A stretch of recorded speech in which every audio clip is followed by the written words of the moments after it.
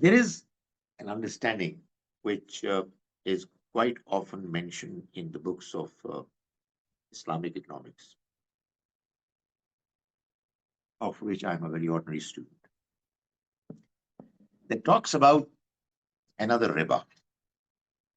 They call it sometimes riba sunnah, sometimes riba al-fadl. So there is an understanding amongst many scholars that there are two types of riba: riba al-Quran, the riba that we know, and riba sunnah, the riba that you thankfully don't know. What is that? There is a statement in Hadith of Sahih Muslim where it is said that the Prophet ﷺ mentioned that if you take gold from somebody, return the same gold to him, the same weight, the same quality, and on spot, yadam bi yadin. At the same time,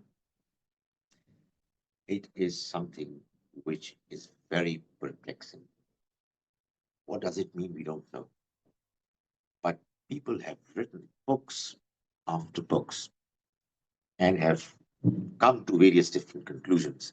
But to be honest, and I was trying to write my own dissertation for PhD, I spent some time to understand what it means. And honestly, I couldn't make any head or tail out of it. And then I came across this very enlightening research which solved the puzzle.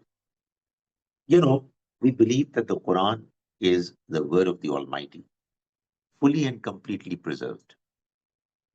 And we believe that ahadith, the Sahih ahadith, have been attempted to be recorded in as best a possible way as could be humanly possible. But the fact that there could be errors in them cannot be ruled out. Everybody knows it. Everybody believes it.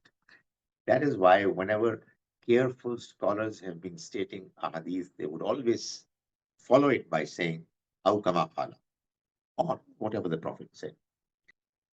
What I'm stating is actually from within ahadith, if you try to put them together on the same subject, what you find is that in actual fact, the Prophet ﷺ said, when you take gold from somebody as loan, and you give it back, give him the same gold back, the same weight, the same quality. Because if you give anything more or less, that's what riba is. And then it also mentions not just gold, but silver, wheat, barley, dates, and salt. And the problem is solved. And there is a clear mention in Ahadith that, riba only plays a role when there's a time lag. And there's another statement in Hadith which says that in spot exchanges, there is no riba. So honestly, the riddle is solved. There's only one riba, and that is when you give somebody a loan, what you get in return has to be the same, has to be the very same. And which is what this Hadith 2 is clarifying in a way which is amazingly clear that, you're not allowed to make any changes.